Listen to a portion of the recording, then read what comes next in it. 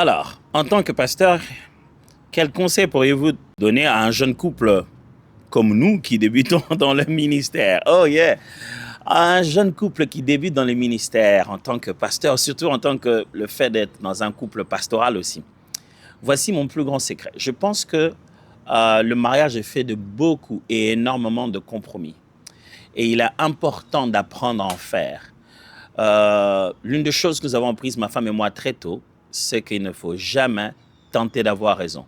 Dans un couple, on ne court plus après qui a raison. On veut juste faire réussir l'équipe. Cet esprit d'équipe est très important. Je ne prendrai pas ici le temps pour expliquer les 5 formes d'intimité qui existent dans un couple, mais nous ne nous connectons pas de la même manière. Apprenez quelle est votre forme de connexion et d'intimité. Vous allez vous baser sur ça chaque fois pour exercer le ministère. Voilà, deuxième question. Quel est le secret après tant d'années de mariage? Oh Je pense qu'après tant d'années de mariage, en réalité, ma femme et moi, on ne compte plus. Dernièrement, notre fille venait de fêter ses 16 ans. On s'est rendu compte, tiens, on commence à avoir un adulte à la maison. Et c'est comme si c'était hier. Et la première des choses, moi, je pense, qui nous a énormément aidé, c'est d'être des amis, frères et sœurs dans les Seigneurs. Nous bâtissons sur d'autres formes de relations avant de parler de hommes et femmes.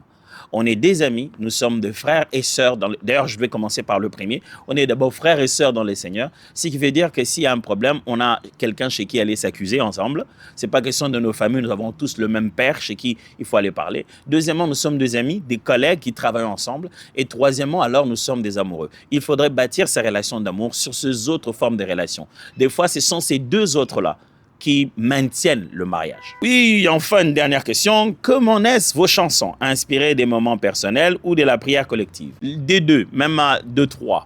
Des fois, certains cantiques ne naissent pas toujours des moments de prière personnelle. Ils peuvent naître... Moi, j'ai écrit des cantiques qui sont nés des moments de prédication. Pendant que quelqu'un d'autre prêchait, moi, le cantique montait. Ou bien après que j'ai fini de prêcher, un cantique est monté.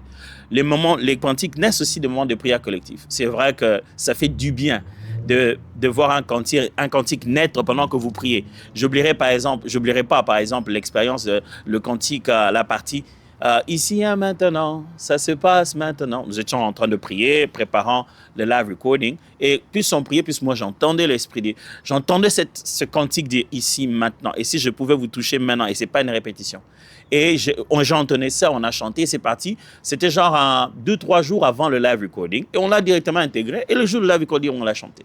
Donc dans les deux cas, il y a des fois une révélation personnelle, des fois il y a une inspiration qui vient, un élément supplémentaire, une prédication, quelque chose, des paroles, et puis après, il y a des moments collectifs. Quel que soit le moyen, on ne peut pas limiter comment Dieu nous parle pour mettre en nous un cantique. Le plus important, c'est être réceptif. C'est ça notre rôle de conducteur de louange. Dieu vous bénisse.